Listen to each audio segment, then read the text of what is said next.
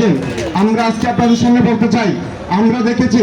2024 আন্দোলন করে আমরা ভেবেছিলাম একটা সুন্দর বাংলাদেশ হবে, কিন্তু একটি নির্দিষ্ট গোষ্ঠীর ষড়যন্ত্রের কারণে, চক্রান্তের কারণে, তাদের চাঁদাবাজির কারণে, তাদের দুর্নীতির কারণে তারা তাদের নিজেদের দলের 200 জন মানুষকে খুন করে আমাদেরকে, সে আমাদের সম্ভাবনার বাংলাদেশকে, সুন্দর একটি স্বপ্নের বাংলাদেশকে তারা আমাদেরকে বন্ধন করে দিয়েছে। সুতরাং আগামী জাতীয় সংসদ নির্বাচনে এখানে কে জামাতের প্রার্থী, কে এনসিপির প্রার্থী, কে কোন দলের প্রার্থী, এই সমস্ত বিষয় না দেখে আমরা আমাদের সেই স্বপ্নের বাংলাদেশকে বিনির্মাণের জন্য আমরা হাতে হাত রেখে, কাঁধে কাঁধ রেখে ঐক্যবদ্ধভাবে আগামী দিনে একটি সুন্দর বাংলাদেশ বিনির্মাণের জন্য সবাইকে আমি অনুরোধ জানাচ্ছি। আর সাথে সাথে করে আপনাদেরকে আরেকটি অনুরোধ রাখতে চাই, আগামী বাংলাদেশের জাতীয় সংসদ নির্বাচনে আপনারা ইতিমধ্যে দেখেছেন বাংলাদেশের বিভিন্ন প্রান্তরে, বিভিন্ন আসনে, বিভিন্ন জায়গাতে মহিলা কর্মীদের উপর এবং আমাদের নির্বাচনী প্রার্থীদের উপরে হামলা শুরু হয়েছে।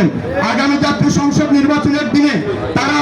আগের মতো মেটিকুলাস ডিজাইনের মধ্য দিয়ে, ইলেকশন ইঞ্জিনিয়ারিং এর মধ্য দিয়ে তারা আবারও জনগণের অধিকারকে কেড়ে নিতে চায়। আজকে আপনাদেরকে সেই সজাগ ভূমিকা পালন করার জন্য উদাত্ত অনুরোধ জানাচ্ছি, এবং কেউ যদি মানুষের ভোটাধিকার, মানুষের ন্যায্য অধিকার কেড়ে নেওয়ার চেষ্টা করে, তাইলে নির্বাচনের দিন সেই 24শে জুলাই আন্দোলনের মতো আমরা সবাই কাঁধে কাঁধ মিলিয়ে ঐক্যবদ্ধভাবে তাদেরকে প্রতিহত করে আমরা আমাদের 10 দিনের জোটের প্রার্থীকে বিজয় নিশ্চিত করে আমরা তারপরে করে যাবো ইনশাআল্লাহ।